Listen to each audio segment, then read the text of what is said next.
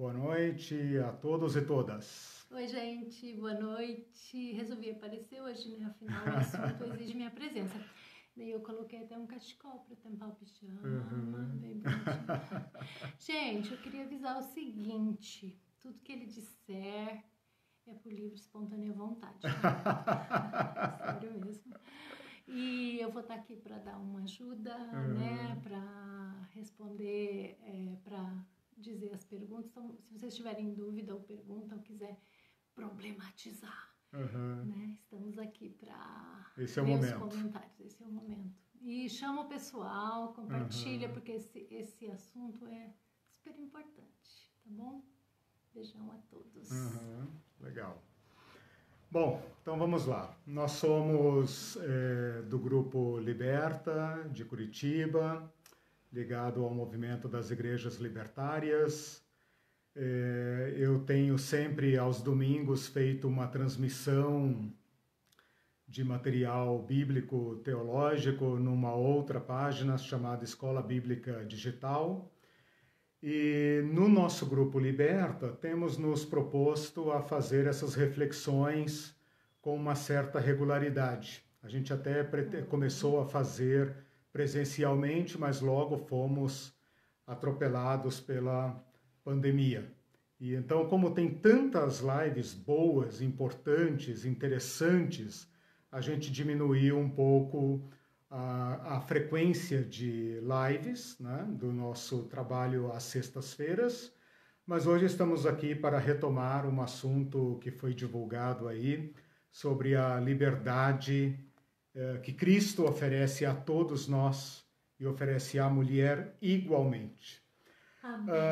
Nós vamos fazer uma exposição bíblico-teológica. Eu sou professor, sou mestre e doutor em teologia, minha área de pesquisa é teologia bíblica, então eu vou fazer uma abordagem bíblico-teológica. Para quem não está familiarizado com essa nomenclatura, com esse título, a teologia bíblica é aquela que faz a sua análise diretamente a partir do texto, né? Sem necessariamente a participação de outras disciplinas teológicas. Então, é uma maneira, digamos, de acessar o texto diretamente e esclarecer dúvidas ou obscuridades, dada a antiguidade do texto, dada as línguas originais, a dificuldade de acessá-lo. Então, a teologia bíblica é essa que chega mais perto da fonte, mais detalhado do que ela, apenas a exegese mesmo, né? Que é lidar com a gramática, com a análise sintática, com a tradução dos textos. Então, a abordagem será bíblico-teológica. Os textos que tratam de relação entre marido e mulher são bem conhecidos. Eu até poderia ter optado por fazer uma análise textual, né? Ir ao texto de Efésios ou de Colossenses e trabalhar ali ponto a ponto, mas a gente até pode fazer isso numa outra oportunidade, mas hoje eu optei por tratar o tema na sua inteireza, na sua complexidade e me concentrar em elucidar os erros cometidos na interpretação destes textos em relação ao papel da mulher. Talvez você esteja se perguntando por que ele vai falar, né? Se a Irene está aqui, também é teóloga. Eu me sinto à vontade para falar sobre o tema. Eu reconheço que é um tema de interesse imediato das mulheres, mas é também um tema de interesse geral, especialmente porque toca a todos nós diretamente, não com a mesma intensidade, né, mas deveria, e porque nós somos cristãos, e porque o Cristo homem realizou um trabalho incomparável de libertação e de emancipação da mulher na sociedade. Então, nesta mesma trilha de Cristo, e tendo acesso, estando treinado para lidar com o texto bíblico, é que eu me disponho, então, a tratar desta temática, plenamente autorizado aqui pela minha esposa. Imagina a minha responsabilidade falar de um texto dessa envergadura, desse tema, né? Podendo contar aqui com uma crítica imediata. Pode ter certeza. Pode ter certeza, eu conto com ela. Bom, gente, acho que vocês já estão aí, estou vendo algumas carinhas conhecidas. Eu vou então começar.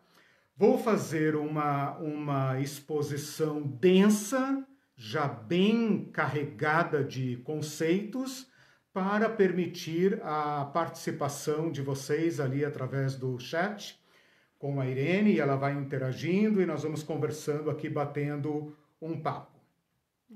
Veja, o problema que nós vamos tratar aqui poderia ser uma obviedade. Nós estamos aqui no pleno século XXI, como se costuma dizer, né? Como se no pleno século XXI a sociedade fosse uma sociedade evoluída, culturalmente, nas suas relações, na prática de virtudes, né? Fatalmente descobrimos que não, que em pleno século XXI nós não superamos problemas gravíssimos, como esse do conflito de gênero entre homem e mulher. E quando eu digo homem e mulher, não estou me referindo apenas à esfera da família, do lar, das relações conjugais, né? É claro que inclui, mas estou falando da situação e da posição e da ocupação de todos os espaços públicos pela mulher, né? E isso continua sendo um depoimento contra o nosso progresso, o nosso avanço como sociedade. Se por um lado nós podemos contar nos últimos anos com grandes avanços, por outro lado nós podemos amargar, lamentar profundamente o tratamento que ainda é dispensado à mulher em todas as esferas da sociedade. E o que é mais grave, autenticado e homologado, naturalizado, normatizado, aprovado pela religião. Então, a religião que deveria servir como espaço de emancipação, de promoção dos valores humanos, da dignidade humana, se tornou ou tem se tornado, na maior parte dos casos, incluído aí o cristianismo, um impedimento, um obstáculo a esses avanços. Por isso nós precisamos lidar com este tema. Alguém poderia dizer, a culpa é do cristianismo, com seu machismo estrutural, com seu conservadorismo e tal. Mas o problema é mais grave do que isso. É claro que a Bíblia tem servido para normalizar grande parte do que a mulher sofre na sociedade ocidental, mas em todas as culturas, ou na maioria delas, as culturas não tocadas pela Bíblia, ou que não pertencem ao universo da Bíblia, também padecem de um conflito e de uma inferiorização da mulher na sociedade. Então esse é um conflito que toca toda a sociedade, todas as culturas, todas as classes sociais e, infelizmente, ao longo de toda a história, né? Será que esta submissão, subordinação, sujeição, inferiorização da mulher é então algo da ordem natural das coisas? Será que é assim que deve ser? Porque às vezes a interpretação que fazemos dos textos bíblicos é como se a submissão da mulher fosse algo da ordem natural, ou seja, é assim que é o mundo de Deus, é assim que é o reino de Deus, algo para não ser discutido, para não ser questionado, né? É algo da ordem natural. Se é natural, então deveria ser algo pacífico, deveria ser algo aceito pacificamente, não deveria suscitar conflitos. Esses conflitos deveriam ser, então, anômalos, mas não é o que nós percebemos, não é o que se observa, não é o que nós experimentamos.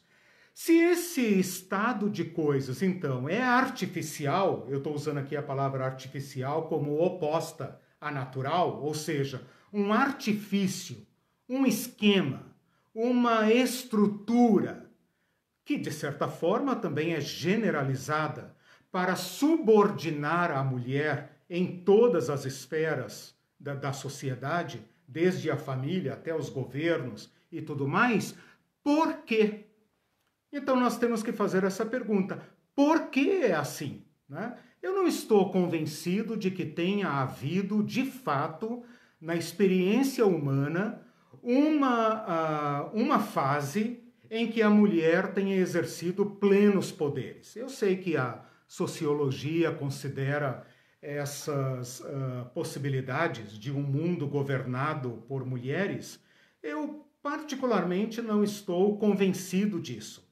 Mas isso não quer dizer que esta ordenação entre homem e mulher pertença à ordem natural. Muito pelo contrário, né? Eu vou defender aqui que ela é artificial. E ela é a origem dos conflitos entre homem e mulher, como nós o experimentamos hoje. Não precisamos ir longe, não precisamos ir ao mundo passado, não precisamos ir a outras culturas. Podemos partir do drama vivenciado por toda mulher nesta nossa sociedade, no mundo como nós o organizamos. Esta dominação, esta ordem das coisas, pode ser considerada tão natural, equivocadamente natural, pode ser considerada tão natural que tenha se tornado invisível. Pode ser que os homens, nós homens, ainda não tenhamos nos dado conta do papel que nos foi dado nesta sociedade, como nós a construímos. E as mulheres também podem ainda não ter se dado conta do papel secundário que foi atribuído a elas na sociedade, como nós a organizamos. Então a pergunta aqui é a seguinte: outra sociedade é possível? É possível um estado de coisas em que não haja inferioridade de uma parte da humanidade, da parte feminina da humanidade, né? O que eu pretendo aqui é chamar este conflito à visibilidade, à consciência, que nós homens seja onde quer que nos encontremos na consciência desse tema, percebamos como o mundo no qual vivemos nos atribui um papel privilegiado, um lugar privilegiado, funções privilegiadas, que nós somos favorecidos por esse estado de coisas. E talvez por isso estejamos sendo tão preguiçosos, tão negligentes em promover a emancipação a qual as mulheres têm direito. E pode ser que também as mulheres não apenas não estejam conscientes, mas tenham se transformado, especialmente no ambiente religioso, aonde esse esquema de coisas recebe uma roupagem divina, é Deus que quer as coisas assim. Pode ser que as mulheres tenham se tornado não apenas conformadas com esse estado de coisas, mas, além disso, perpetuadoras, replicadoras. E então você terá mulheres como aquelas mulheres do mundo africano, árabe, onde se pratica, por exemplo, a mutilação feminina. Ora, quem é que pratica a circuncisão feminina no mundo árabe, africano, tribal? Não são homens, são mulheres, né? Então, através desse exemplo dramático, eu sei que nós aqui não temos este problema, temos outros, né? Através deste exemplo dramático, eu quero tornar desconfortável a nossa posição em relação a esse problema, no sentido de que você, mulher, pode estar não apenas inconsciente do problema, como pode ter se transformado numa autenticadora, numa reprodutora deste modelo que é contra você mesmo. Mas você, de certa forma, foi ensinada a pensar que esse é o seu lugar no mundo e é a vontade de Deus. É a vontade de Deus, como proclamada pelos homens. E os homens estão numa posição confortável, não vão mexer nesse estado de coisas para mostrar o caminho da emancipação, o caminho da libertação.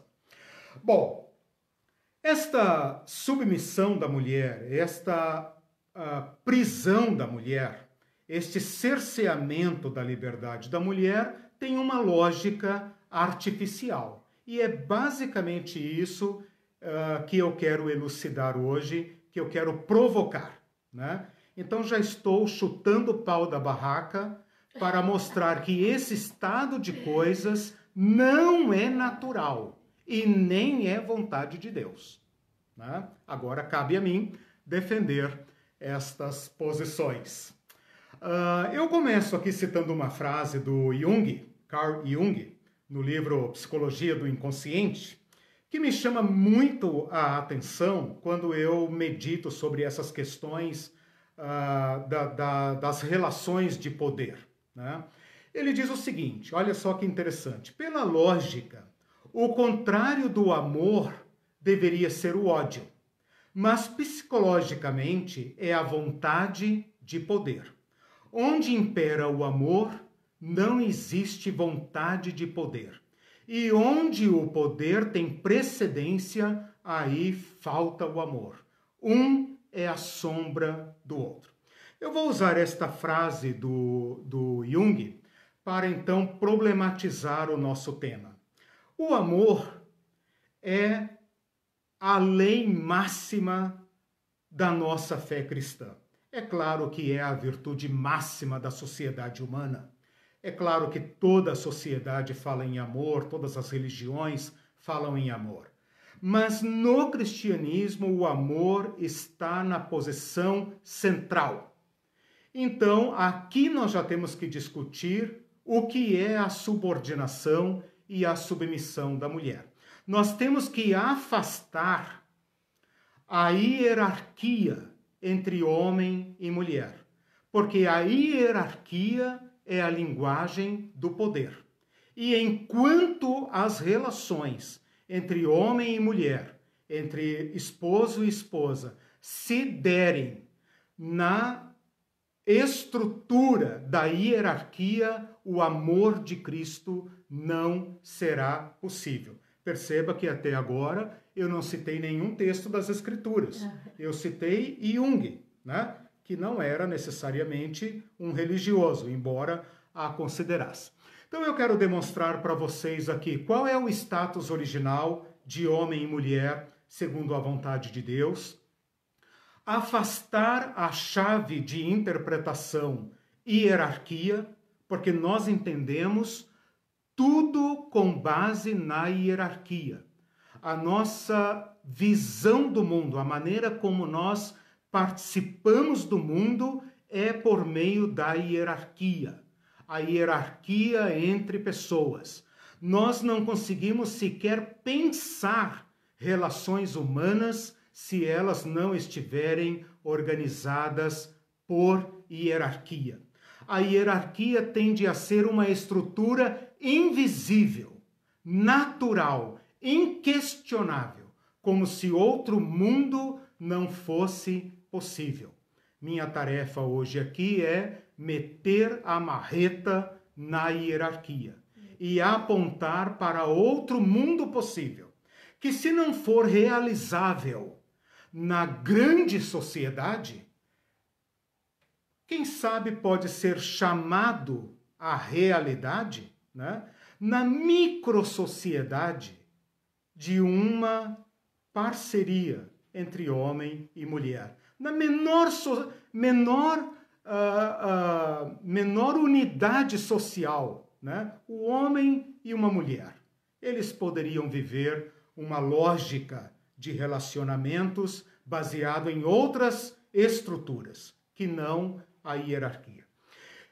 Quero passar rapidamente, resumidamente, por Jesus Cristo como o centro desta minha abordagem e depois, então, terminar falando sobre a lógica do ensino apostólico, que é aquele, então, mais distorcido. Meu ponto de partida, então, é aquele que estabelece a igualdade entre homem e mulher. Esse é um estatuto da nossa fé cristã. Está lá na criação do homem e da mulher. Gênesis 1:26 fala o seguinte, Deus falando. Esta é uma fala colocada na boca de Deus. Façamos o humano. Eu sei que a sua Bíblia diz homem, mas está errada a tradução. Façamos o humano à nossa imagem e semelhança. Tenha ele, o humano, domínio sobre tudo o que há. Estou lendo numa tradução particular minha, própria, né, para permitir que você entre no texto. Então, primeira coisa, façamos o humano à nossa imagem e semelhança. Tenha ele, o humano, domínio sobre tudo que existe. Lá ele fala sobre os animais, sobre os seres, todos os sistemas e sobre a terra. Criou, pois, Deus, o humano, não o homem, o humano. A imagem de Deus o criou. E agora aqui, pela primeira vez na linguagem, no texto bíblico, fala do homem e da mulher. Tá assim, criou, pois, Deus o humano. A imagem de Deus o criou. Homem e mulher os criou. Então, a primeira vez que a palavra homem e mulher aparece é após este conselho divino que estabelece a criação de um ser que terá domínio sobre tudo o mais. Esse ser humano, homem e mulher, compartilha com a criação, com a ordem da criação, grande parte da sua natureza, porque nós compartilhamos com este mundo a dependência deste mundo, nós fazemos parte desta criação, nós fazemos parte da terra, nós fazemos parte dos ecossistemas, nós temos uma relação de profunda dependência com isso que o texto bíblico chama de criação. Mas, ao mesmo tempo, nós somos igualmente portadores de um chamado que nos remete à transcendência, porque nós compartilhamos com Deus um atributo extremamente denso, que o Antigo Testamento desenvolve pouco, porque ele é pouco vivenciado. E este atributo é imagem e semelhança.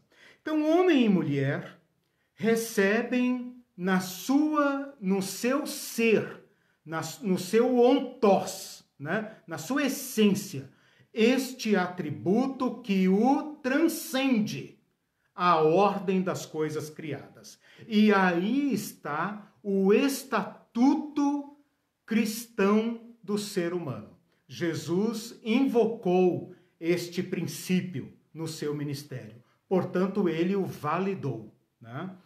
Imagem e semelhança. Tenha ambos domínio.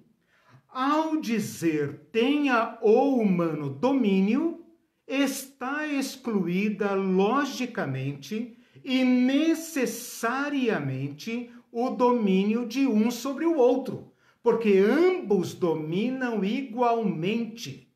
Ambos têm na sua essência, na sua natureza, a natureza que os constitui como humanos, o mandato de lidar com este mundo em pé de igualdade. Estas palavras imagem e semelhança estabelecem uma relação. Veja, a imagem só tem sentido em relação à sua contra-imagem. Toda imagem remete para algo além dela.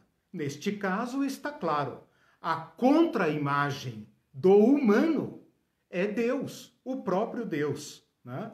Esse que fala de si mesmo como nós e desdobra esse nós divino, esse nós plural divino, né, em homem e mulher, e confere a ambos igualmente a sua imagem. Portanto, a imagem de Deus está no homem, está na mulher.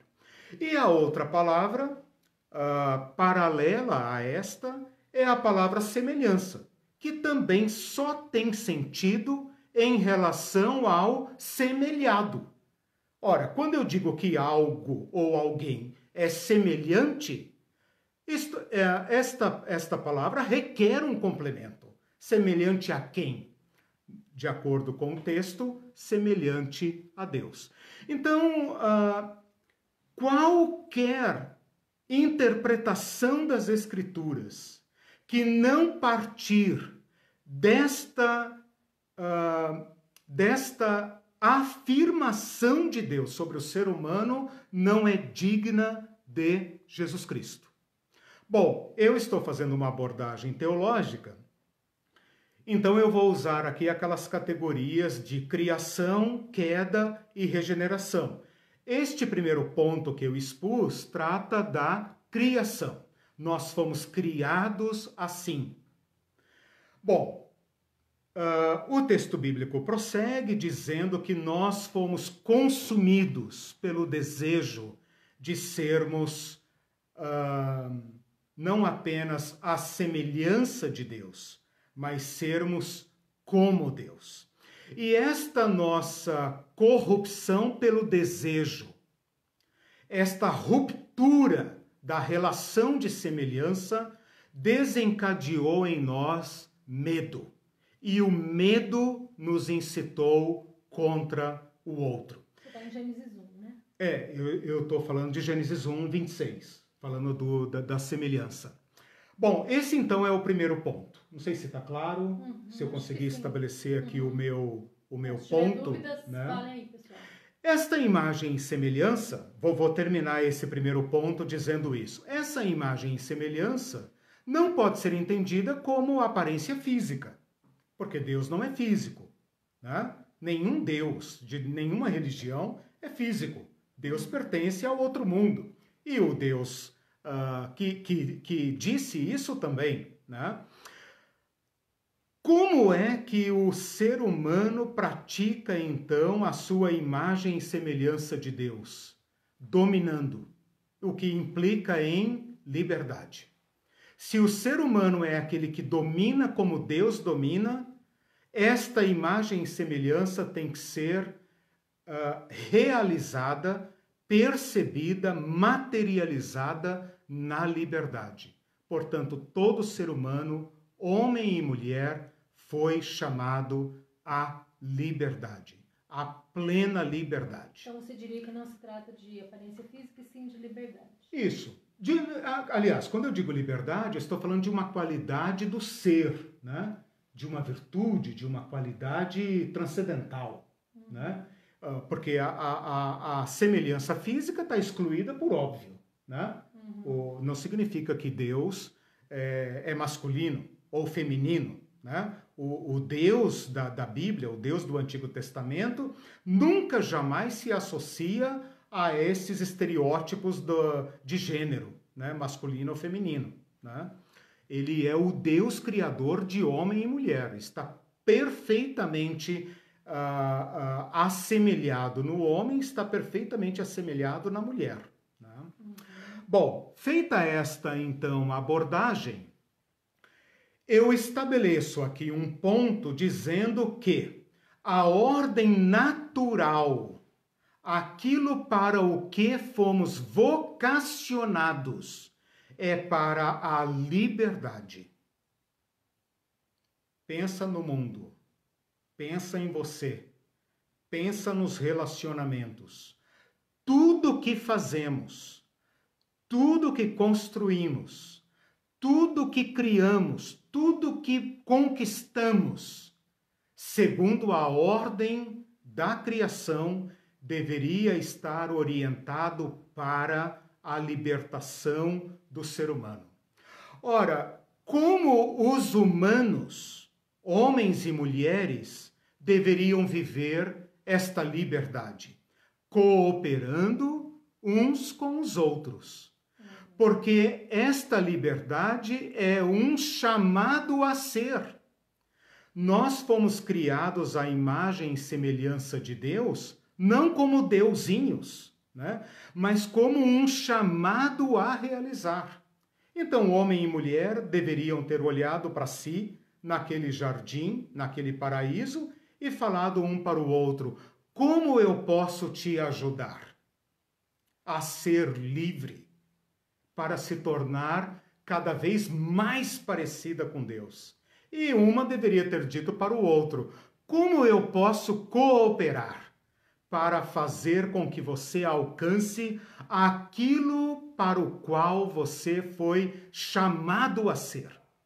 E nós só alcançamos isso em cooperação. Assim como Deus diz, façamos nós, o homem, o humano, né? Não o homem, o humano, a nossa imagem e semelhança, nós humanos, por nossa vez, deveríamos dizer como nós podemos realizar tudo isso, sendo que a dominação, a interdominação, a sobredominação está excluída, porque o chamado é igual para ambos. Então, a ordem natural das coisas é o amor e a cooperação. Bom, passado de Gênesis 3 até Jesus Cristo, eu vou pular, porque você sabe que a Bíblia, de Gênesis 3 até Mateus 1, né, é a nossa história. É a história como nós a conhecemos. É a história da violência, das guerras, das disputas, dos ciúmes, dos assassinatos, e tudo que você puder imaginar que está aí na nossa mídia, no nosso mundo, na nossa história. Tudo deveria ser lindo e maravilhoso como um paraíso, outro mundo possível, né? Mas nada disso se realizou, ou não perdurou, ou não se estabeleceu. Logo que o ser humano começou a se relacionar uns com os outros, surgiu o medo. O medo porque eu percebo que eu tenho um desejo infinito para me realizar.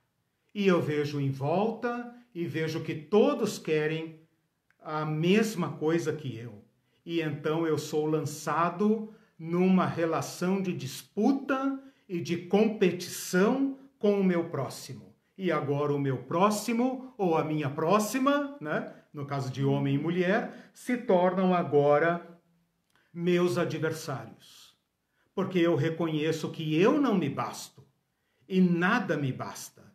E a criação disponível não é mais suficiente para atender a minha sede de transcendência, né? E então nós entramos nessas relações de medo, e então obrigatoriamente temos que estabelecer um controle. E é aí que entra o esquema artificial dos nossos relacionamentos. Portanto, a cooperação é a ordem natural da criação. Veja o mundo, veja a criação, veja os animais, veja as árvores, veja os ecossistemas, né? Como a cooperação, a sistematização é a ordem natural, né? E não a hierarquização, que é regida pelo medo. Muitos de vocês podem já ter ouvido aquela exposição de Gênesis 3,16, quando fala assim, você buscará o teu marido e ele te governará. Ali nasceu a hierarquia. Ali está dito claramente, você buscará o seu marido, mas ele não confia mais em você. Ele não confia mais em você. E essas relações de desconfiança, de autopreservação, obstaculiza a vivência do amor. E nós erigimos hierarquias em todos os âmbitos da sociedade, porque nós não confiamos uns nos outros. Nossas relações são regidas pelo medo e pela desconfiança. Nós confiamos desconfiando. Nós não conhecemos essa pessoa que está aí. Nós não conhecemos suas intenções, né? E no casamento, que é o nosso tema hoje, o casamento é onde esses conflitos explodem, porque ele é íntimo demais. E ele conjuga todos os nossos medos, todas as nossas disputas, né? Ele conjuga homem e mulher, ele conjuga funções diferentes, né? O homem reconhece que a mulher é diferente, que ela tem poderes que ele não tem, e a mulher reconhece que o homem tem poderes que ela não tem, e eles não confiam mais um no outro. Então a história de Gênesis 3 até Mateus, até Jesus, né? É a história das disputas, e essa parte nós podemos pular para chegar agora em Jesus Cristo. Não dá para falar de submissão sem passar por Jesus Cristo, que será o segundo ponto da minha exposição. O Thales comentou, a coisa começa a perder o rumo quando o homem decide dominar seu semelhante. Exatamente o que você disse, a competição. Exatamente. Né? E ele é levado a isso obrigatoriamente. Porque se ele não se impuser, o outro ameaça a sua vida. Então, aquilo que era para ser cooperação se torna agora conflito, se torna disputa. Né? Nós estamos tão embrenhados nisso que a nossa sociedade é uma grande disputa. A nossa sociedade não tem lugar para os fracos. É uma grande corrida de salve-se quem puder. E nós endeusamos a competição. Né? O próprio capitalismo. Sim, isso. Nós organizamos isso a um ponto máximo. Né? Tem um comentário também do Luiz Aurélio, ele diz assim, mas essa liberdade se faz somente quando entendemos o que Cristo nos traz. Sim. Pois, segundo Paulo em Romanos 8:1, nenhuma condenação há. Enquanto continuarmos indo na contramão do Cristo, não haverá liberdade nenhuma, nem para o homem, nem para a mulher, que dirá para os dois como casal. Claro. O embate sempre haverá. Com certeza. Não, sempre haverá, enquanto não, né?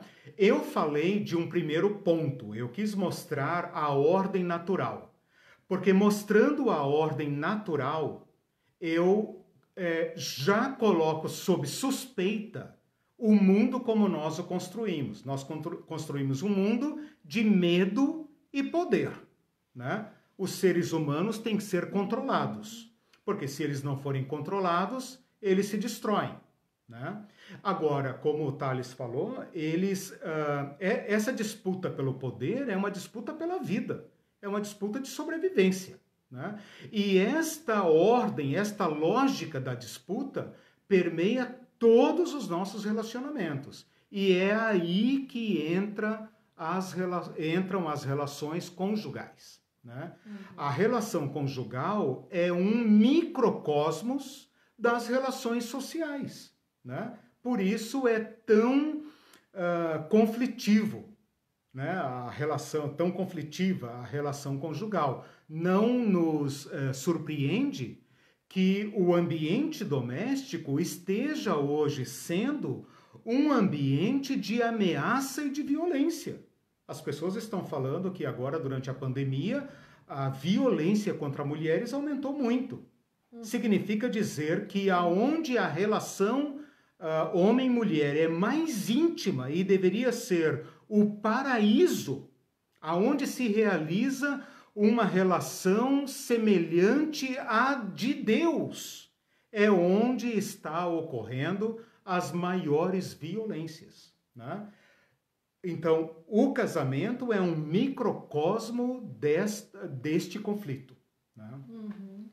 Ok? Ok. Bom, eu espero não estar correndo muito e não estar sendo confuso, mas vocês vão me interrompendo. Agora eu chego em Jesus. Jesus é a semente da mulher. Lá naquele mesmo lugar aonde ele falou, você buscará o teu marido e teu marido se voltará sobre ti ou contra ti com dominação. Ele agora não confia mais em ti, ele vai te dominar. E é assim que serão as relações, né? Não como um mandato divino, mas como uma constatação. Ali naquele mesmo lugar, há uma promessa para a mulher, que da semente da mulher viria o Salvador, o Redentor. Portanto, desde o palco do conflito, aonde a hierarquia foi estabelecida, foi também prometida a redenção.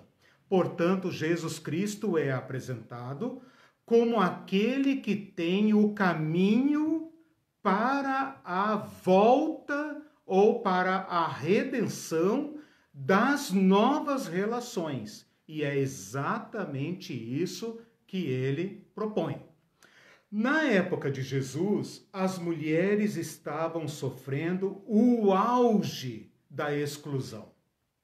A religião judaica havia chegado a um nível de normatização, de legalização, de regulamentação para criar a sociedade que eles julgavam perfeita.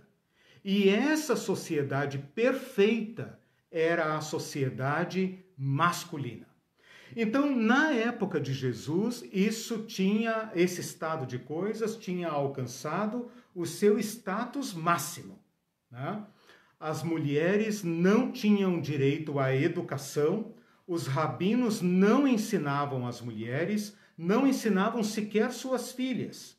Suas filhas precisavam apenas aprender a cozinhar e agradar o marido. Não faz muita diferença, né?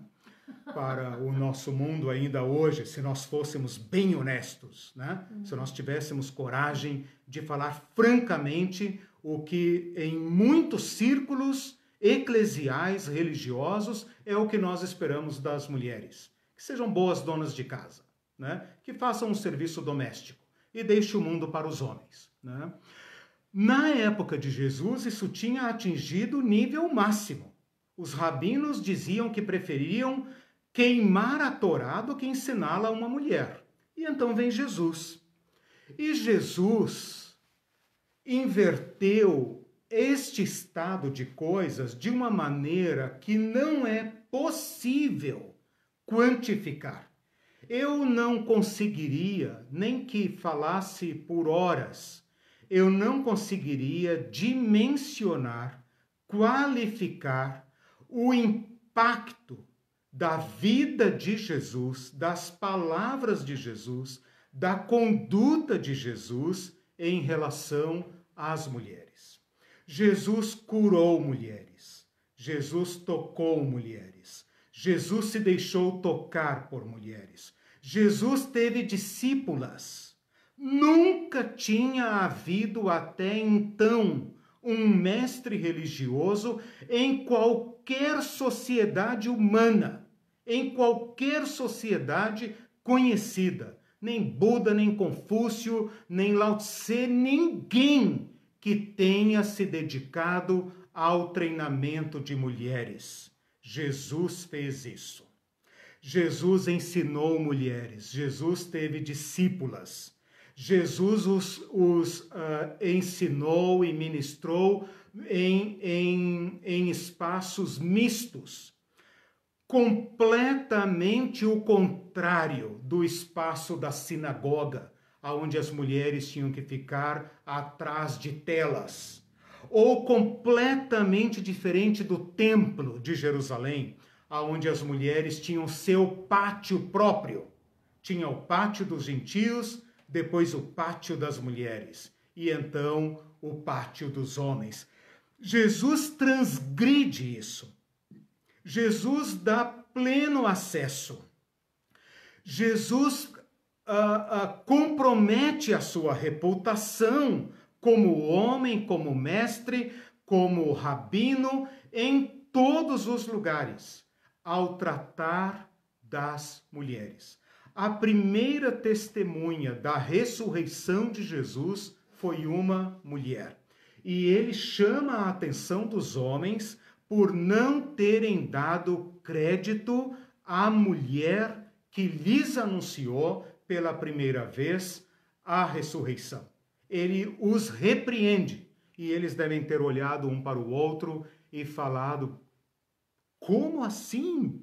Como assim nós deveríamos ter acreditado na visão de mulheres? Mulheres são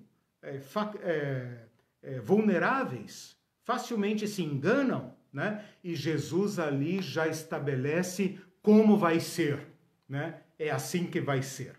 Então, com este segundo ponto, eu quero fundamentar o seguinte: toda a interpretação das Escrituras, especificamente o que trata de relações entre homem e mulher, especificamente do casamento, tem que ser interpretado mediante Jesus Cristo. Jesus Cristo é o fundador de uma nova humanidade, de um novo mundo possível. Aquele novo mundo possível que eu desanquei no meu primeiro ponto, Jesus é o responsável por isso. Ele anuncia uma nova sociedade. Ele chama essa nova sociedade de Reino de Deus, né? Então Jesus é o fundamento e é também o teto. Ele é o fundamento e ele é o corolário. Ele é a pedra final, né? O Novo Testamento fala de pedra angular, e pedra angular pode ser entendida como a pedra de esquina, pedra da base do fundamento, mas pode ser entendida também como a pedra de amarração da estrutura, né? Esse Cristo, seu caminho, seu exemplo, seu modelo, suas palavras é que devem ser agora para nós a chave da interpretação para tudo que nós sabemos, para tudo o que cremos.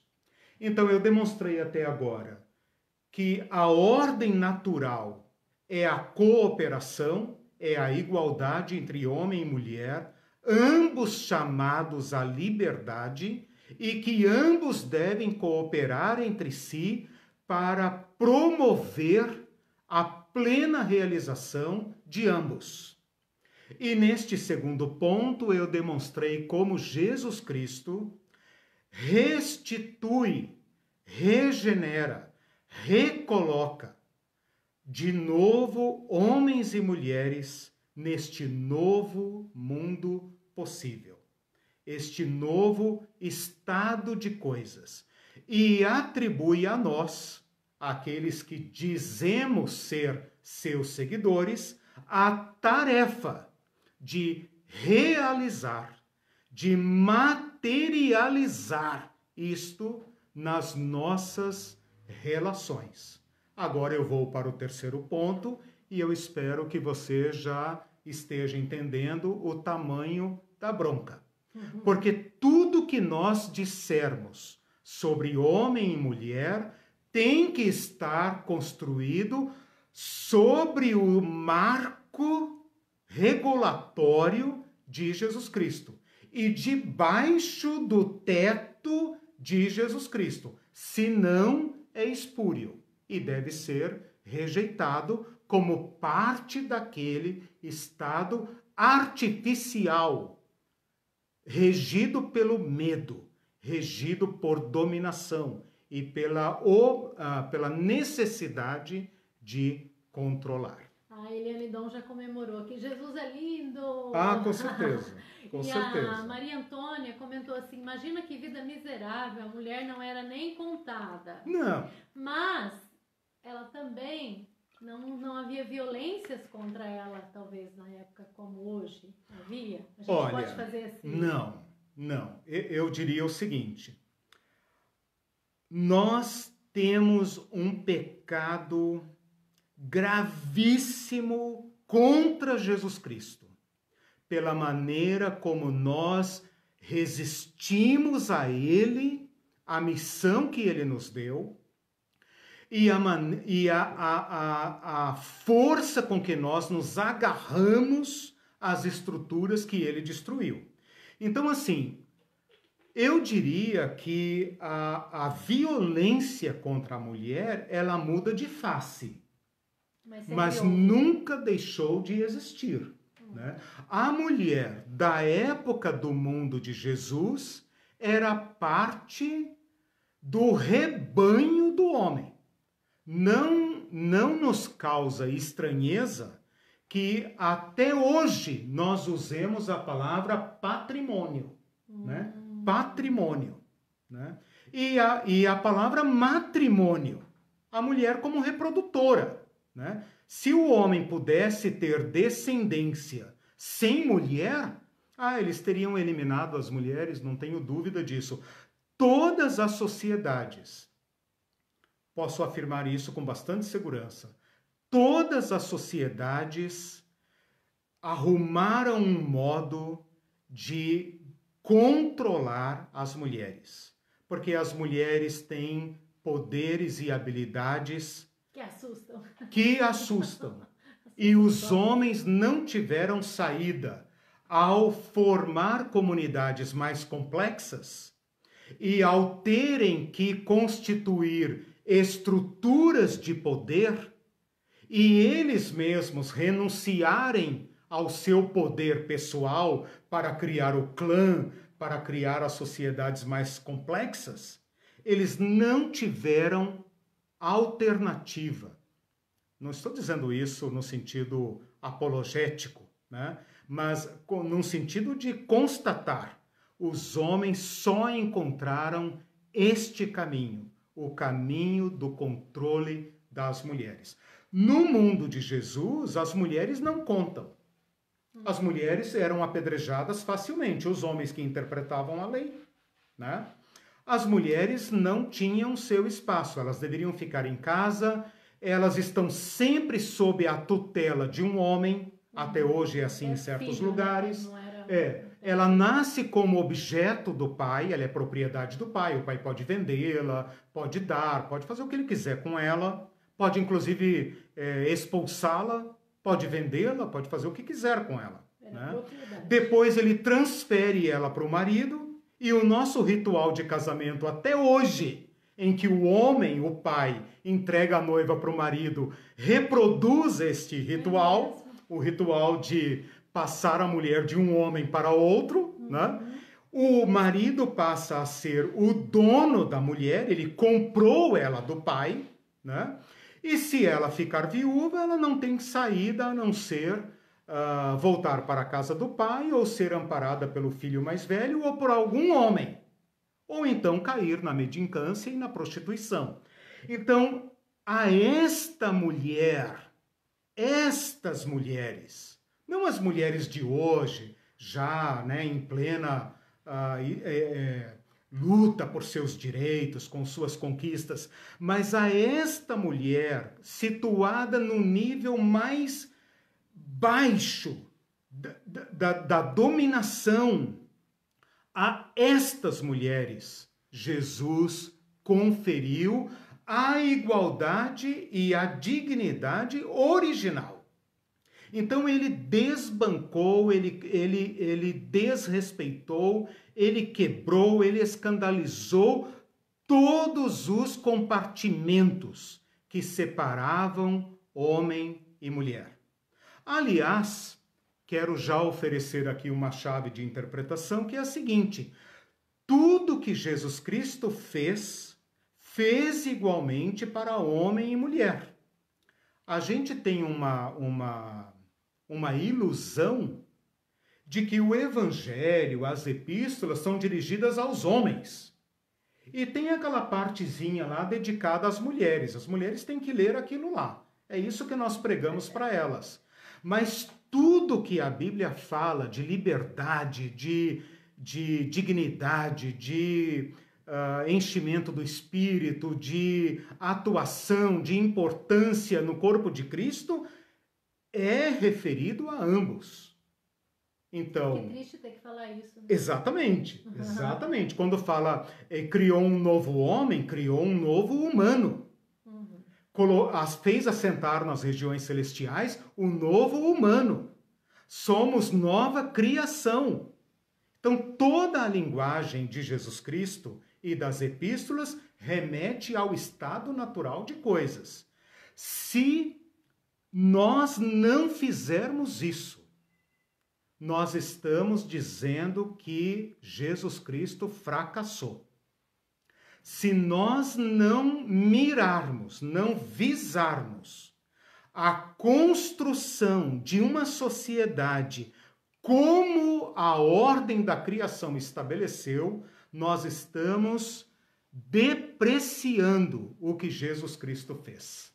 Se nós privarmos crianças, se nós privarmos mulheres, se nós privarmos qualquer pessoa da sua plena cidadania, da sua plena dignidade, nós estamos pecando contra o que Cristo fez, ensinou e falou. Ensinou. Tem um monte de comentário aqui. A Isanira disse assim: eu fui criada em colégio de freiras e tinha aulas de prendas domésticas, Sim. além de bordar todo o meu enxoval. Jesus nos liberta plenamente. Lindo demais, nosso mestre. Sempre bom pastor. Amém. Exatamente. E ela disse, em seguida, violência moral, emocional e psicológica sempre existiram contra a mulher. Ela muda de cara, mas ela não desaparece. Exato.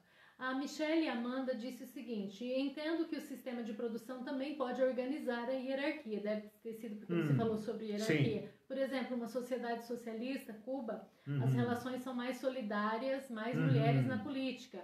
O sistema capitalista traz muitas expressões do sistema para as relações pessoais. Sim, com certeza. Pensando aí em termos de estruturas, né, as estruturas criadas pelo modo de produção, não tenha dúvida. Né? De qualquer forma, nós só conseguimos pensar o mundo pela chave da organização hierárquica. O que eu passo agora no meu terceiro ponto, eu vou dialogando com vocês, mas agora... Não, calma. O que eu vou propondo aqui na medida em que vocês forem me provocando. Né? O que eu queria colocar aqui é o seguinte: o casamento deveria ser, ou pode ser, o ponto de partida para a vivência desta nova humanidade. Né? Porque a família é uma micro-sociedade. Né? A família é, digamos, a família que menos ainda, o casal, né? Duas pessoas. É, digamos, a sociedade menor que existe. Será que nós precisamos de uma estrutura hierárquica para vivenciarmos esta relação? Será que a relação conjugal tem que ser organizada a partir do medo e da desconfiança que um tem do outro, ou através da liberdade e do amor? Né? Então eu diria, provocado por essa questão que a Michelle, né? Michelle Amanda colocou, o seguinte: nós temos o desafio de organizarmos estruturas compatíveis com o nosso chamado. Talvez por isso as sociedades mais horizontais, mais humanizadas, né, trabalhem isso de outra forma. No capitalismo, você não consegue sequer pensar a nossa sociedade sem hierarquia. Né? Manda quem pode, obedece quem tem juízo. E você vai galgando lugares, vai pisando, vai destruindo, vai competindo, vai eliminando concorrentes para se estabelecer. Essa é a nossa sociedade, né? Nossa, tem bastante comentário aqui. Que horas são? Eu estou sem hora. Vai me falando a hora. 8. Tá. 8 não, 9? 9 aqui, então tem já... uma hora atrasada. Tá. Daqui para frente, né? Então já tá dando o fechamento, mas eu preciso... ok, legal. Não, é do seu ponto. Aí depois a gente pode discutir conforme os comentários, né? Tem um comentário da Vera Siqueira que ela disse: as mulheres formam a primeira minoria a ser submetida pelos mais fortes. Minoria e forte está entre aspas. Pois é. Fomos submetidas, escravizadas, aprisionadas em casamentos arranjados, ou sem amor, sem a possibilidade de libertação, por conta dos preceitos que os dominadores inventaram para garantir seu poder. Exatamente. E no decorrer dos séculos, a religião judaico-cristã foi uma grande ferramenta justificadora dessa submissão. Este é o problema. O uso das palavras de Jesus Cristo, da tradição de Jesus Cristo, para preservar aquilo que ele veio destruir, né? E para reconstruir coisas que Jesus veio para extirpar. Então, esse é o ponto aqui, o ponto grave da nossa abordagem, né? Usar a tradição do homem libertador para preservar a opressão. A Jacione está muito feliz de ouvir essa reflexão. E a Maria Antônia disse: é por isso que muitas mulheres eram queimadas e chamadas de bruxas, por se rebelarem contra o sistema. Verdade. Muitos filmes sobre isso, né? O poder e o saber das mulheres assusta. Exatamente. O Thales comentou alguma coisa aqui que não sei se vai dar tempo de mexer. Lembrei, eu não sei porque ele disse, lembrei da violência existente na lei do levirato, porque eu vejo a lei do levirato mais como uma proteção à mulher. Todo o miolo da Bíblia, o miolo, que vai de Gênesis 3 até o Evangelho, é a história da tragédia, né? O que nós podemos dizer aqui rapidamente sobre a lei de Moisés é o seguinte: ela é um conjunto de regras para conter a violência, né? Para conter a violência. Mas ela está lá no seu devido tempo, no seu devido lugar, né? A gente lê a lei de Moisés hoje e fica horrorizado. A gente imagina como era aquela época e como ela estava preservando a mulher, né? Como, apesar de nós termos horror a certas regras da lei de Moisés, como aquilo para as mulheres daquela época eram regras protetivas, né? E não destrutivas. A Hildes fez um comentário interessante sobre a mulher solteira ou sozinha, ou divorciada. A mulher solteira, resolvida e independente, causa medo e uma enorme interrogação. É paradoxal. Geralmente querem saber por quê. Pelo espanto, o primeiro sentimento é de pena. Coitada, não encontrou ninguém? Exatamente. Nós falamos isso na outra live, quando a gente fala que homem e mulher são plenos, não são partes de nada, né? Não é cara metade, não tem nada desse negócio de que só são valiosos juntos. Veja como nesse comentário da Aildes, nós reproduzimos de forma mascarada a tutela da mulher. Nós não dizemos abertamente sobre certas culturas que toda mulher tem que ser tutelada por um homem, mas na prática e de modo talvez constrangido, envergonhado, é isso que nós estamos dizendo. Ou nós damos plena cidadania à mulher, seja ela solteira, casada, tenha filhos, não tenha filhos, ou nós estamos de modo velado, de modo mascarado, afirmando por vias atravessadas que a mulher depende de um tutor. E isto não é cristão. Não é cristão. Ou a mulher tem acesso à plena graça de Jesus Cristo, ou nós estamos caindo num erro doutrinário de colocar o homem como tutor da mulher. E para aproveitar, bote fora esta heresia do sacerdote do lar. sim. Que nada Bem mais lembrado. é do que um jeito azul e rosa, né? Um jeitinho mais. bem vernizadinho de manter o homem com a tutela espiritual da sua família. Quando isso é um atentado ao que Cristo fez. Um atentado ao que Cristo fez. Né? O sacerdote do lar e tal. Tudo muito bom. Só não está à altura da liberdade, não está no enquadramento do fundamento de Jesus Cristo. A Maria Antônia respondeu para Ildes, eles acham inconcebível, os homens, né? Uma mulher não ter ou não querer ter um homem. Exato. Mas não só os homens, né? Eles e elas, tem mulheres que também acham estranho, que Sim. estão já no sistema. Mas né? as mulheres reproduzem aquilo que eu falei no início, né? A pessoa que está numa posição inferiorizada, numa posição secundária, ela tem poucas opções, né? Uma opção é lutar, enfrentar, né? Promover a sua própria libertação, né? Sem depender de autorização de quem está numa posição privilegiada. Então, a mulher tem uma tarefa de autoemancipação em nome de Cristo. Cristo lhe dá esse chamado diretamente. As mulheres não dependem da autorização dos homens, da licença, da permissão, do reconhecimento dos homens para proclamarem sua liberdade cristã. A liberdade cristã é algo para ser realizado, independentemente de quem está na posição privilegiada. E agora, ela pode também, debaixo desta posição que lhe foi dada, adotar uma posição conformista.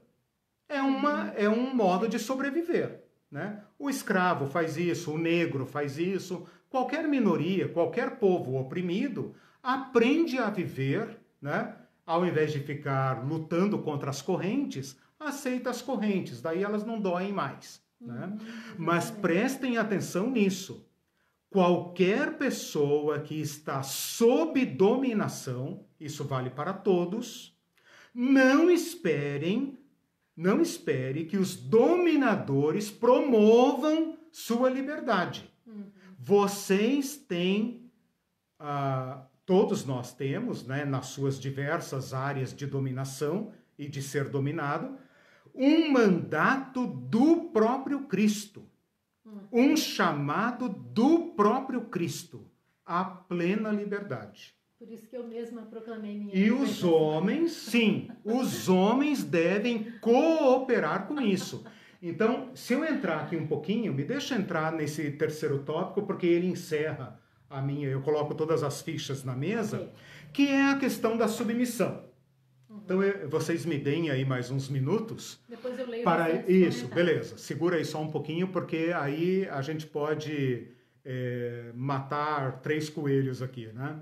A questão da submissão. Veja, a questão da submissão tem que ser entendida debaixo ou dentro do marco de Jesus Cristo. A primeira coisa é que os textos dos apóstolos que falam da submissão sem apresentar a contraparte da dominação.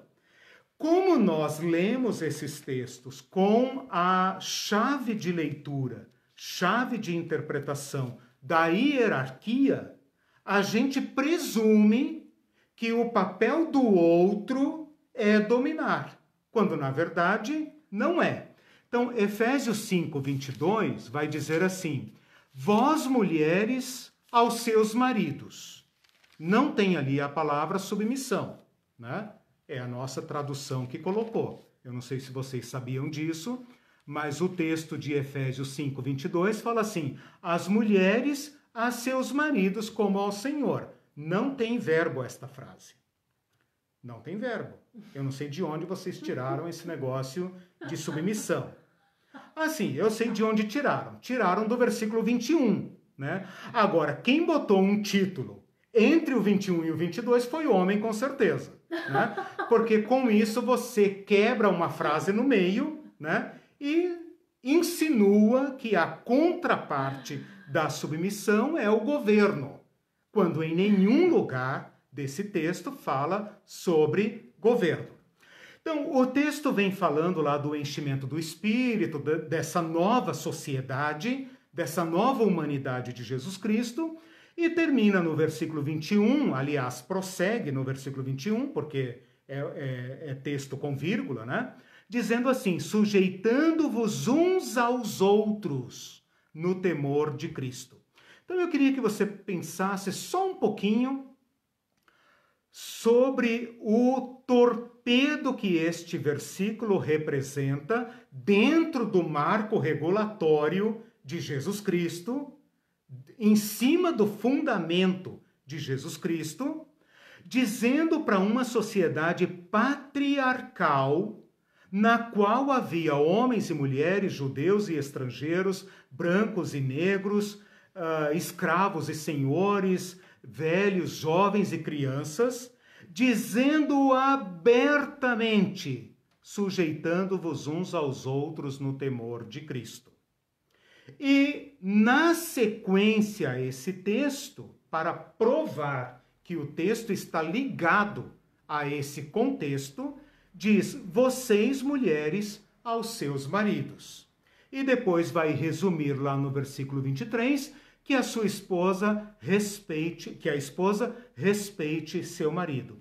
E depois fala para o marido amar sua mulher como Cristo. E aqui está como o marido vivencia a sua submissão à sua mulher. Debaixo do tema da submissão mútua, a mulher vivencia a sua submissão e o homem vivencia a sua submissão. Ou, se não for assim, então você me explique como é que se ama como Cristo. Esta palavra é dirigida a um homem que comprou sua mulher e que pode mandá-la embora com uma carta feita à mão, mandá-la embora, na presença de 2 testemunhas, que pode comprar 2, 3, 4 mulheres, quantas ele puder sustentar e pagar. Está dito para esse homem, ame sua mulher como Cristo amou a igreja. Então você me explica como Cristo amou a igreja. Como Cristo se tornou o servo de Deus para a igreja. E aí a gente pode começar a conversar sobre como o homem, que era dono, ele era o senhor do mundo, de um mundo completamente masculino, em que ele comprava fêmeas para reproduzir sua prole, se ele quisesse. Se ele gostasse dela, muito bem. Se não gostasse, ia dar filho para ele do mesmo jeito. E agora ele diz, você, carinha, desça daí, e agora coloque-se a serviço da sua mulher, para que sua mulher também alcance neste mundo patriarcal que você está inserido. Neste mundo patriarcal, você agora vai se tornar para ela o que Cristo fez com você. E o que Cristo fez com você foi devolver você ao status de liberdade. E agora você que é livre nesta sociedade vai libertar sua mulher, como Cristo te libertou. Eu acho que as igrejas sabem muito sobre submissão e pouco sobre serviço. Mas Cristo, em Filipenses 2, Paulo fala assim, tende em vós o mesmo sentimento que houve em Cristo Jesus. Eu poderia aplicar essa palavra aqui a nós homens. Tende em vocês, tenhamos em nós o mesmo sentimento que houve em Cristo Jesus, que dispondo de todos os privilégios de ser homem, estando bem calçado em todos os seus privilégios masculinos, abra mão deles e desça onde tiver que descer para emancipar, para trazer todos consigo e colocar todos consigo, como Jesus Cristo fez. Eu herdei o trono do meu Pai e vocês se assentarão no meu trono comigo. Ora, como que nós, escravos, perversos, malignos, fomos parar no trono de Jesus Cristo? Como nós temos que reproduzir este sentimento de Jesus Cristo? Libertando todos aqueles, seja o negro, a negra, o homem, a mulher, a criança, o velho, o estrangeiro, o peregrino, seja quem for, use seus privilégios para libertar, para emancipar. Qualquer coisa menos do que isso não cumpre o Evangelho de Jesus Cristo. Termino com uma pergunta, e aí termino mesmo. Sua exposição, a minha exposição. Né? Fico aberto para os comentários, não vou mais interromper. Termino com uma pergunta. Por que razão? Essa é uma pergunta primeiramente para os homens, segundamente para as mulheres. Por que razão o apóstolo Paulo diria para uma mulher daquela cultura submeter-se? Patriarcal. Submeter-se. Se submissa é tudo que ela era. Uhum. Que outro papel uma mulher poderia ocupar naquela sociedade patriarcal, em que apenas homens têm cidadania, homens livres, homens ricos, homens nativos têm cidadania, e todos os mais, inclusive mulheres ricas, etc., etc., não têm cidadania? Por que razão o apóstolo Paulo se dirige a uma mulher coisa, a uma mulher patrimônio, para dizer submeta-se ao seu Senhor? Não faz o menor sentido. Então eu vou propor um sentido para esta frase. Este texto é dirigido a uma mulher que está casada ou unida a um homem, a um novo homem. E este homem, que era seu dono, seu senhor, agora desce para ocupar uma posição como Cristo, uma posição de igual, uma posição de irmão, de igual. É absolutamente desestruturador, é perturbador. Uma mulher que até então havia sido tratada como coisa e como posse, não saberia lidar com este homem que desceu ao seu nível. Para esta mulher, que é oprimida, mas também carrega no seu coração o ressentimento contra o opressor, para esta mulher, Paulo está dizendo, não use a nova posição do seu marido para insurgir-se contra ele, para humilhá-lo, para abusar, para ofender. Então, para mim, na minha interpretação, esse texto da submissão só tem sentido numa sociedade que está dando os primeiros passos para construir a nova humanidade. São regras de transição. Regras de transição. Paulo Freire dizia que se a educação não for libertadora, o sonho do oprimido é se tornar o opressor. Então, a mulher como posse, a mulher como objeto de posse e de abuso e de opressão, ela aprende a jogar o jogo da opressão. É claro, ela tem que sobreviver. Ela não vai se matar porque foi aprisionada. Ela aprende a sobreviver, ela aprende a se submeter, ela aprende a transar sem amor, ela aprende a dar filhos, ela aprende a jogar o jogo para sobreviver. E se de repente esse homem chega para ela lavando os seus pés? E se esse homem agora, dentro desse novo lar cristão, se assenta na mesa junto com seus ex-escravos e trata com dignidade seus filhos, e agora concede plena cidadania à sua mulher. Esta mulher reagiria imediatamente de modo correto? Então, para estas regras de transição a caminho da plena liberdade, é que eu vejo algum sentido na recomendação apostólica da submissão.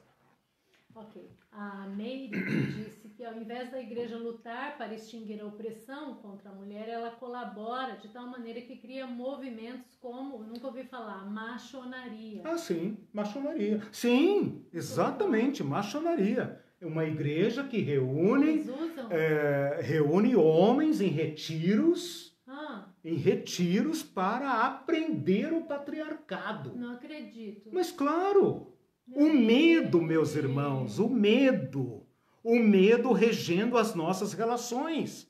As mulheres feministas não esperaram os homens descerem do seu banco de senhores. Elas viraram o jogo e assustaram os homens. Ora, o que é que eu proponho para homens e mulheres que compreendem o chamado de Jesus Cristo? Assumam a liberdade segundo Cristo. Assumam a liberdade segundo Cristo. Sujeitar-se ao outro não significa tornar o outro seu senhor. Essa é a grande sacada do evangelho e das novas relações. Porque a gente não é a favor do feminismo também, como não é do machismo. Isso. Eu me submeto à minha esposa, agora ela vai governar. Não, mas não a constituo minha senhora. E ela se submete a mim, se entrega a mim, porque o marco de Cristo é o amor, são relações de amor e de cooperação, então o amor se entrega. O amor não tem medo. O amor lança fora todo medo, né? Mas eu jamais me constituirei senhor da minha esposa. Então essa é a quebra. Esse para mim é o pulo do gato. A submissão não corresponde o governo. A submissão corresponde o amor. O amor se submete. Senão a gente só está invertendo os polos. Exatamente. E criamos um outro mundo mais do mesmo, apenas com os polos invertidos. Sim, porque quando a gente tenta dominar é por medo, né? Mas a maçonaria que a Meire falou, eu já vi essa imagem, é uma reação do medo. Nós temos que manter o controle, homens. Senão nós vamos ser governados pelas mulheres. A Meire disse que a igreja precisa aderir à nova aliança que Jesus estabeleceu para as relações de gênero. Exatamente. Então a gente vê que a igreja primitiva estava mais adiantada. Se existiu esse conselho de Paulo, ele estava mais adiantado no sentido que já você chamou de lei de transição, né? Ou seja, é uma nova proposta, um novo mundo, uma nova civilização, uma nova maneira de ser, de relações, né? E as igrejas hoje estão fazendo isso aí que você falou para restaurar o patriarcado, então, ou seja, estamos mais atrasados ainda, né? Eu diria o seguinte, por um lado, a ruptura, a descontinuidade entre o mundo de Jesus e as igrejas primitivas é escandalosa, é chocante o que os cristãos fizeram em relação a mulheres, em relação a estrangeiros, em relação a pobres, em relação a escravos.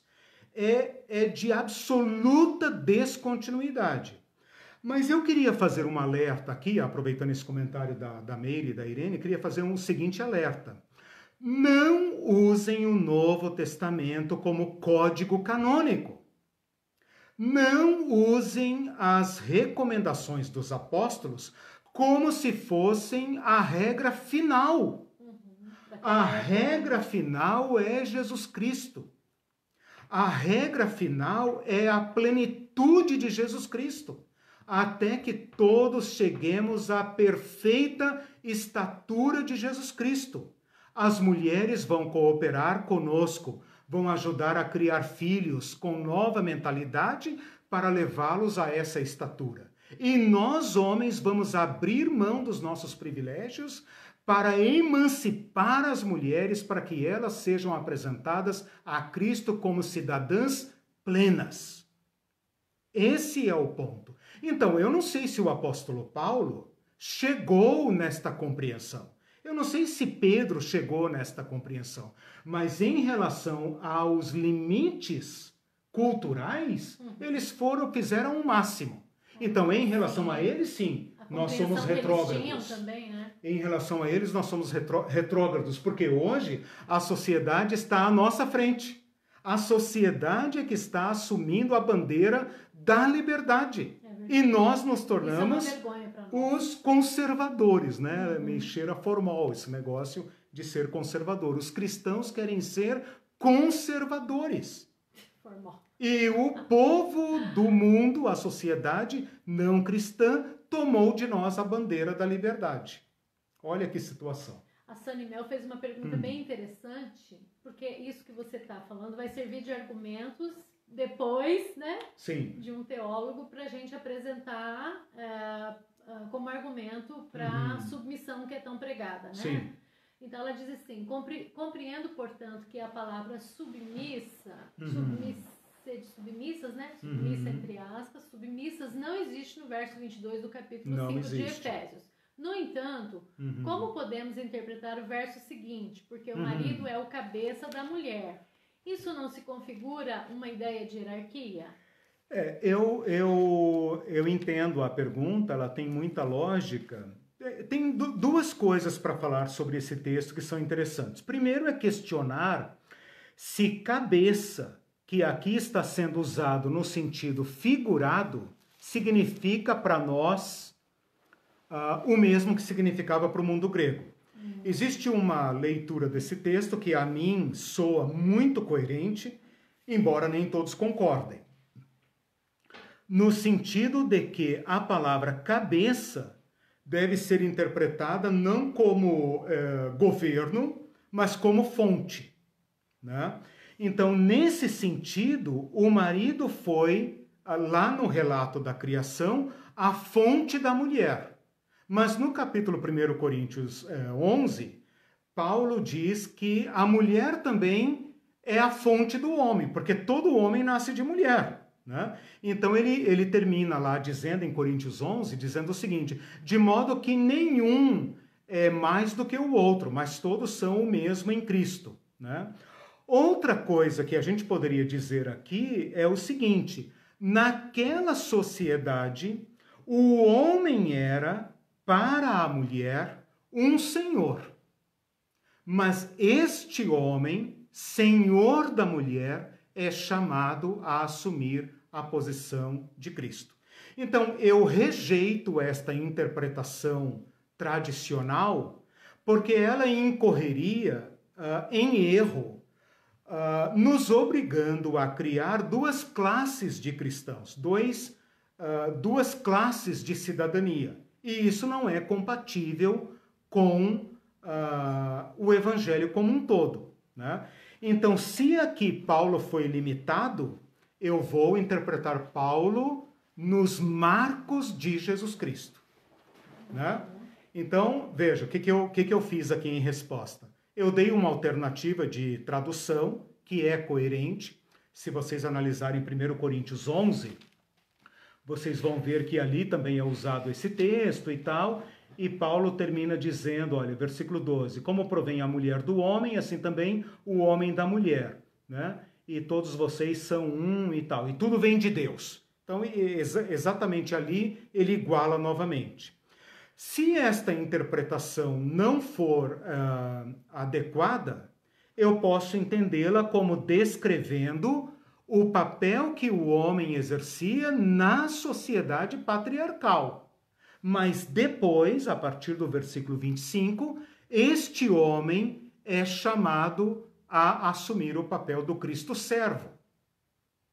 Então, mesmo que o homem, na sociedade, tenha o papel de cabeça, mesmo que nas nossas famílias nós tenhamos herdado a estrutura hierárquica, eu como marido e vocês como os maridos, devem abrir mão, devem renunciar a isto.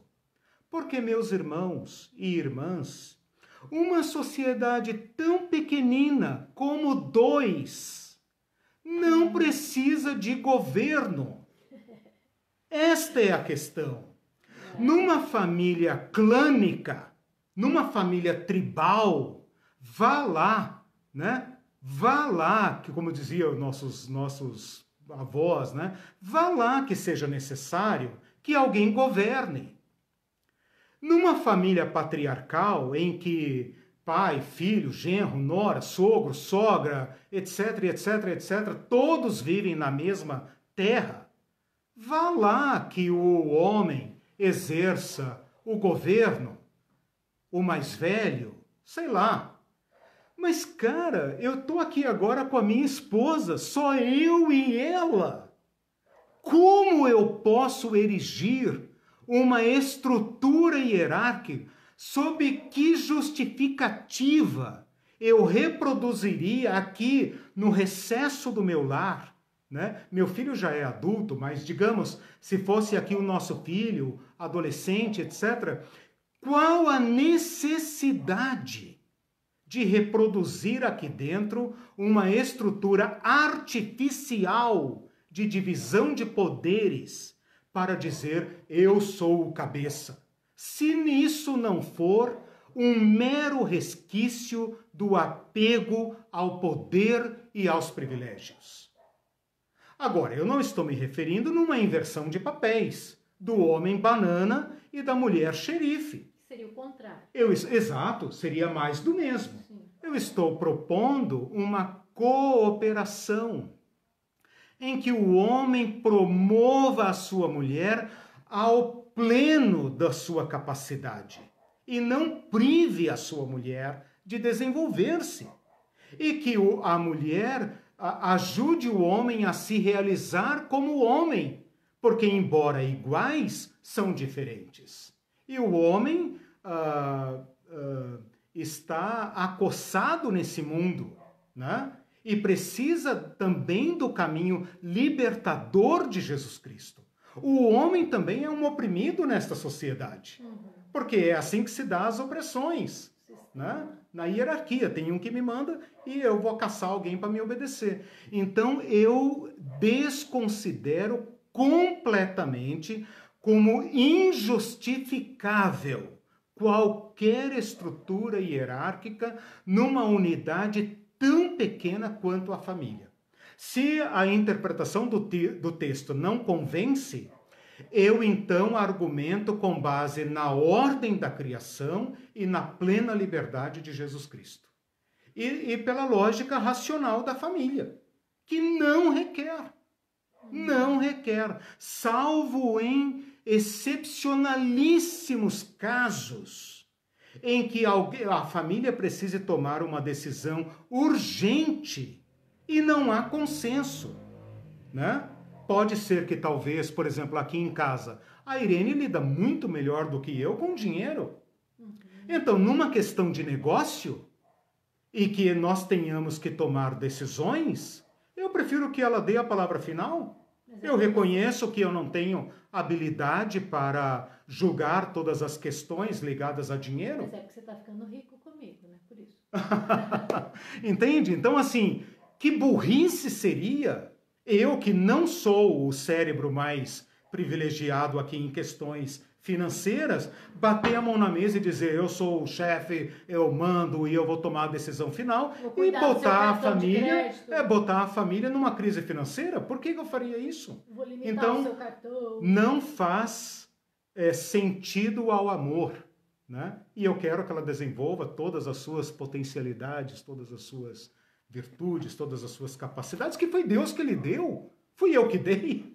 Foi Deus que lhe deu, e meu papel como cônjuge é apresentá-la a Cristo como plenamente desenvolvida. E para isso eu tenho que dar lugar, eu tenho que renunciar aos meus privilégios masculinos. Temos vários comentários e o nosso tempo já está 9h38. Tá. Podem continuar colocando lá as questões, eu respondo, tá? E a gente continua isso também num próximo debate. Eu vi um vídeo que a mulher falava que um sinal que ela era submissa era não ter conta conjunta junto com o marido. Você acredita? Pois é. As pessoas continuam aí preservando essas estruturas arcaicas. Né? A Ivete disse assim, muito profunda essa abordagem de um tema não falado nas igrejas. Excelente. Aliás, além não falado e falado ao contrário. Falado para preservar, para conservar. Exatamente. E a Edneide tocou bem nesse ponto, disse porque a imensa maioria das igrejas mantém essa estrutura tão machista. Porque inclusive convém. As mulheres apoiam ignorância, má fé ou manutenção de poder. Conforto. É isso que eu falei. O povo de cima nunca vai arriscar. Não é próprio da hierarquia. Não é próprio da hierarquia. Esse é o problema. Quando você erige uma hierarquia, a hierarquia é uma distribuição de poder. E onde há distribuição de poder, não viceja o amor. É a frase que eu li lá do Jung. Onde há poder, não há amor. O amor só é possível entre pessoas livres. Não? A Eliane Dom comentou isso bem no começo, mas tem a ver com o que você falou. Essa dominação e violência agravaram em tempos de pandemia. Nós não fomos ensinados para esse encontro de vidas no mesmo lar. Exato. Não fomos treinados. Veja em que grau está chegando o conflito, né?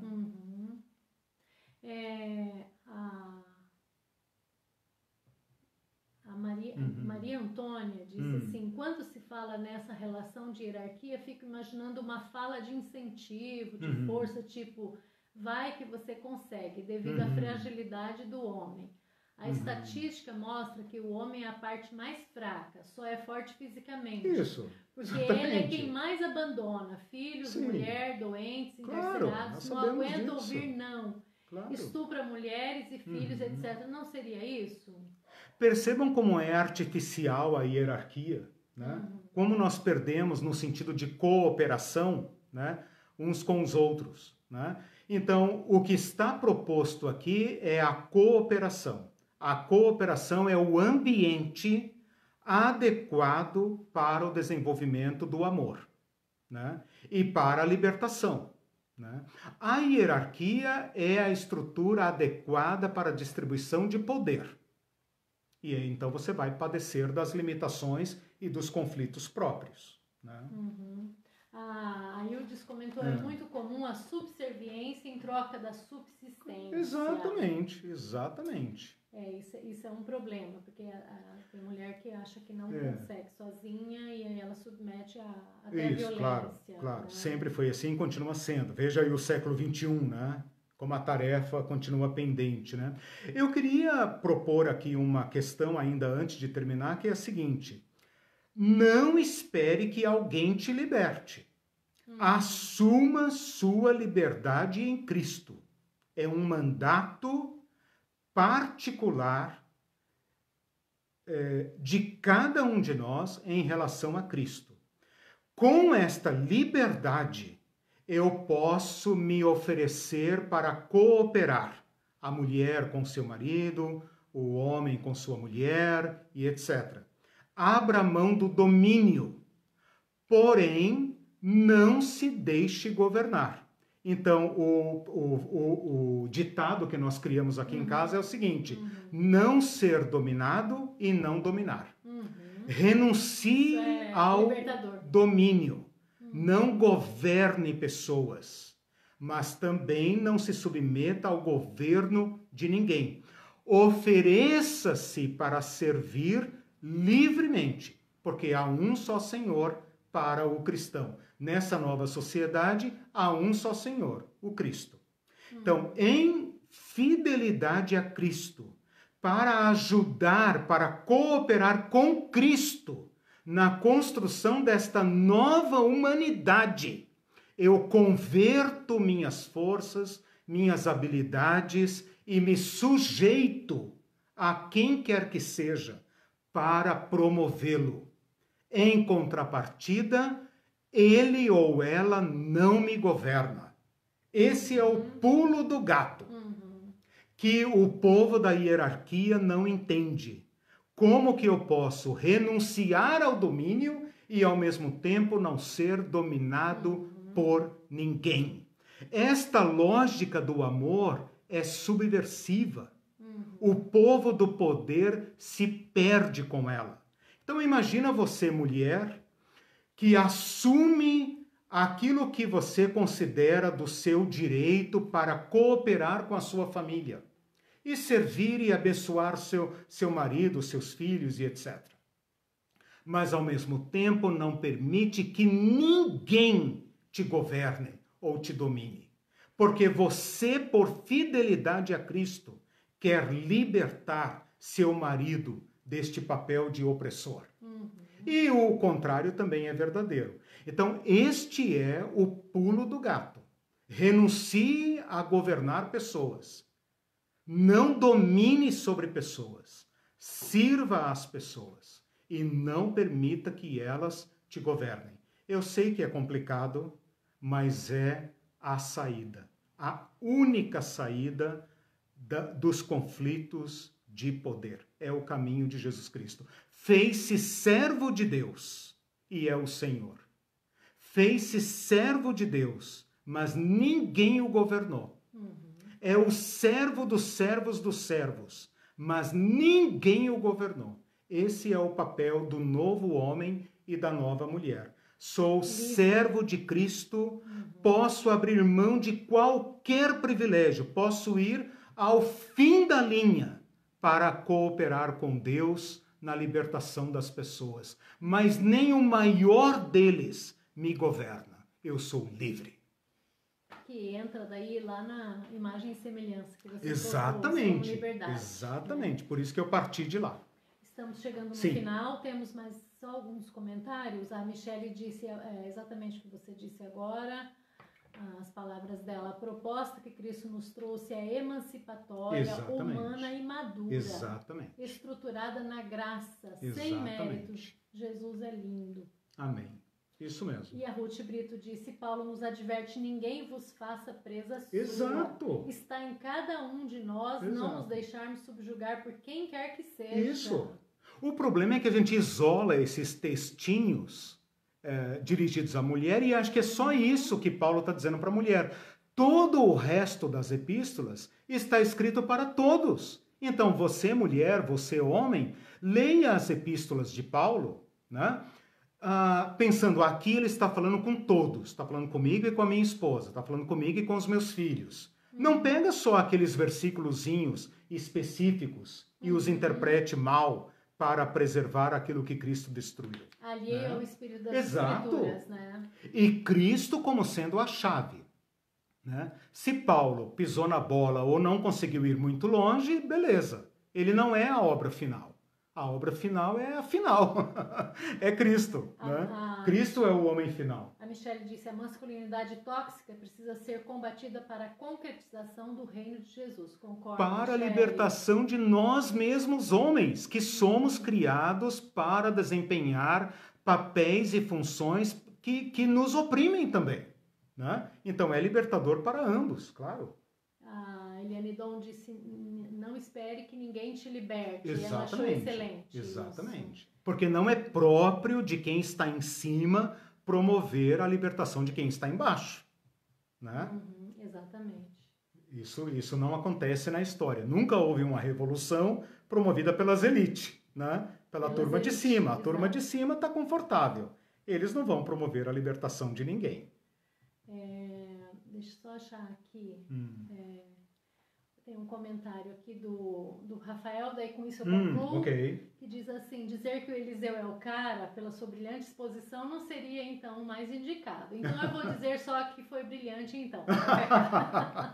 Rafael, eu que mandei dizer isso, não, brincadeira. Gente, essas piadinhas, eu não mandei dizer isso, não, porque nós somos livres. Então, se eu mandasse, ele não ia obedecer, ele crê assim, né? E qualquer coisa que não seja assim de plena, como foi falado ali, a Eliane falou, Jesus é lindo, né? Tudo que não for compatível com esse Cristo lindo, desconfie.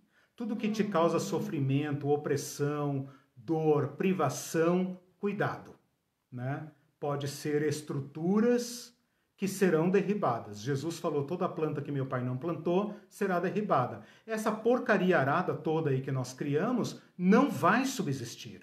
O que vai subsistir é o reino de Deus. Então, o desafio urgente para todos nós que acreditamos em Cristo, na proposta de Cristo, é antecipar, pelo menos em nossas casas, o ambiente do reino de Deus. E não é possível que isso se dê na hierarquização. Cristo falou, eu e o Pai somos um. Nós fomos chamados a ser um. Que eles sejam um, ó Pai. A Bíblia fala que o marido e mulher são um. Ora, não pode haver unidade entre desiguais. Então, a menos que nós adotemos este caminho de Jesus Cristo, nós jamais experimentaremos as delícias da relação conjugal. Bom, muito obrigado. Desculpem ter extrapolado o tempo tão longe. Daqui 2 semanas eu vou propor outra. Sem ser a próxima sexta na outra. Né? Daqui 2 semanas. Fora essa sexta na outra, eu volto com outro tema dessa mesma ordem. Muito obrigado. Deus abençoe vocês. Tchau, gente. Beijo. Bom fim de semana para vocês. Tchau, tchau.